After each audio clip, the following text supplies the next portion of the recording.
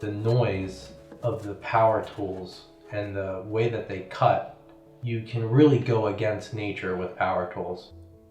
And so I started adding and adding and adding tools, materials, concepts in an attempt to be a functioning member of society.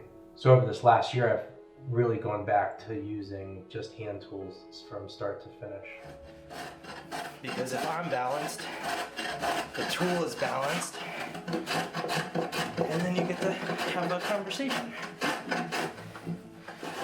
That beginning then led into a lot of other art forms and jobs, projects, different ways to make money, different ways to survive. But now after 12 years, I'm back to that simplicity.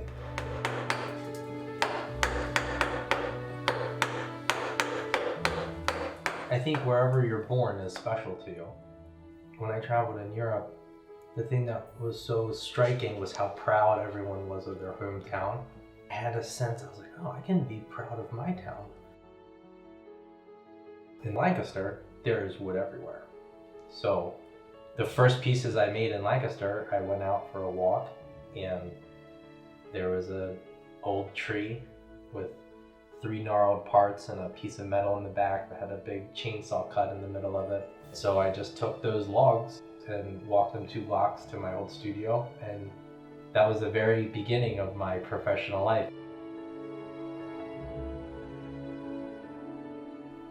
I've been working on removing a lot of the clutter and allowing kind of the gold to shine, allowing the space around my work, the space that surrounds me to sort of be empty so that I'm open to what is actually there, as opposed to something that's that's not immediately there, and something that's more long-term, more internal. So for me, that focus has been working more with nature as opposed to against nature, working with myself rather than against it.